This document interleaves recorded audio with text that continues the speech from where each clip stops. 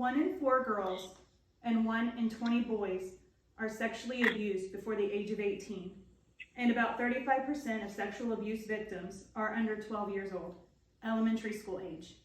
This is a quote found on edutopia.org entitled "Teaching Consent to Elementary Students" by Emelina Minero.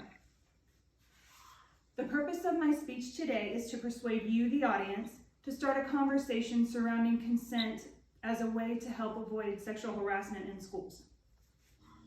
First, I will define sexual harassment and consent. Then I will move on to speak about what conversations about consent are like in the home. And finally, I will ask you to reach out to your local schools to request that they speak to the children about consent. I will be using the Cambridge Dictionary definitions of both sexual harassment and consent. Sexual harassment is unwanted or sexual attention, suggestions or talk, especially from an employer or other person in a position of power. And consent is to agree to do something or allow someone to do something. In the article by Emelina Minero, it's stated, consent is often linked to sex, but it simply means giving permission. When taught to children, it can be applied to a variety of non-sexual situations. This could just be meaning to say, like, you don't have to hug so-and-so. If you say no permission, that means no consent. Now, we know we cannot promise that teaching consent is going to get rid of sexual harassment in schools. Every child goes home to a different situation where they are in just different environments that we can't control. And every well-intending caregiver still makes mistakes. But those mistakes and actions can sometimes affect the children. We learn from what we witness. I remember hearing when I was younger, keep your hands to yourself, and I'm sure you have too. This is a good place to start with consent. And I would encourage you to speak about this with the children in your lives. From a young age, I started to teach consent to my child. If there's not an interest to hug so-and-so, that's fine. A fist bump is fine. Waving is good. Both are appropriate responses without being physically affectionate. And why do I do this? This is because I'm teaching my child that they decide what happens to their body. There are some video presentations and resources that include activities on a website called safesecurekids.org. And one thing that I found really interesting from this site is that consent can be taught really young. In the Ask an Expert section, it states, you can practice making consent part of the conversation with an infant or toddler by verbalizing that you are going to pick them up or talk through the actions that you do with them.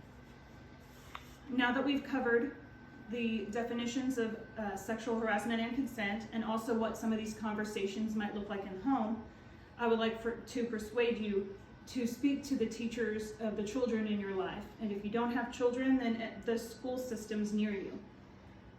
These are the people that we need to talk to see if these kinds of things are being taught. The U.S. Department of Education website states, in order to give rise to a complaint under Title IX, sexual harassment must be sufficiently severe, persistent, or pervasive that it adversely affects a student's education or creates a hostile or abusive education environment. For a one-time incident to rise to the level of harassment, it must be severe.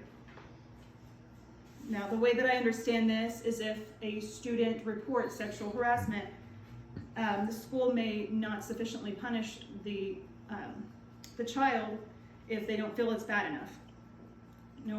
Again, some children might not know what consent is, although at certain ages we understand that they should have some idea of consent. I do think that one thing that can help is maybe having an assembly or a private class. I remember having somebody come into our classrooms to speak with us about different things, or during the body changing class, maybe consent can be thrown in there as well. While reviewing the U.S. Department of Education's website, it states that sexual harassment is basically based on age. Initially, this upset me because to me, sexual harassment is sexual harassment and it deserves consequences. I am glad that I continue to read though. This is because a 6-year-old boy was punished for harassing another child by kissing one of his classmates.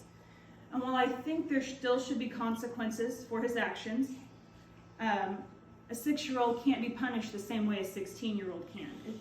By 16, they should have a better concept. If we can help teach consent to children, then maybe we can change the future of our society. Teach it young, and it can go throughout our children's lifetimes and beyond. Now, today we've discussed the definitions of sexual harassment and consent. We moved on to ways to speak about this in the home and also to speak with the teachers. So my ask of you is to first consider having conversations in the home regarding consent. That can mean however you want it to mean, and there are several resources out there that can help you with this. Additionally, I would ask that you speak with the teachers in your children's lives to encourage them to discuss consent. Now, I said it before, but I feel it's important to state again. If we can help teach consent to children, then maybe we can change the future of our society. Teach it young, and it can go throughout our children's lifetimes and beyond. Here's to a better future with children and adults that respect each other's boundaries. Thank you.